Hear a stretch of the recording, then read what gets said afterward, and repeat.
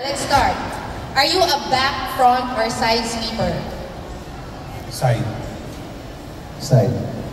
Paano yung front sleeper? Ganun lang. Ano? Hilata. Okay. Ay, back yun. Check ko lang. Hindi, baka nakadapa. Nakadapa. Yung back, di ba naka-ganon? Ako yan Hindi ang na back. fast. Back sleeper. Back sleeper. Side. Side din. Doc, ikaw, Doc. Side. Side din. Halos na tayo, puro side. Like, diba, Doc, man, sorry, tama na ko lang. Parang may psychological meaning yun. Depends Pag on side sleeper? Actually, side sleeper kasi is actually better for those who snore.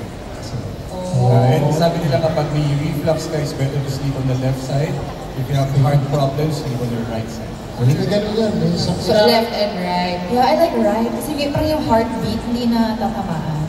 Diba? Inaral ko yun ng college. Ganun ba? Next question. Next question. May explanation. Andun doon natin, nag-explain pa tayo. Do you prefer a soft, medium firm, or a firm mattress? Firm ako. Firm. Medium firm. Medium. Soft. Same here. Soft. Soft. Diba? As a soft girl. Na-try nyo naman yung pressure point analysis kung perfect talaga yung mattress na pinili nyo for you, Yun for ang your gagawin. body. Nakuha ko na yung passport ko eh. For the event. Okay. Papunta ko pala yung pressure point. Next question muna. How many pillows do you use in your sleep? Marami, apat. Nakapalibot. Parang ganun din, 4 o 5.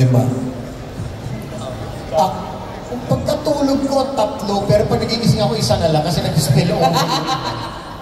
Malikot. 4 din. Doc, ikaw, Doc. Meron dito eh. May patungan. At least 2. One for the head, isa ni Yaya.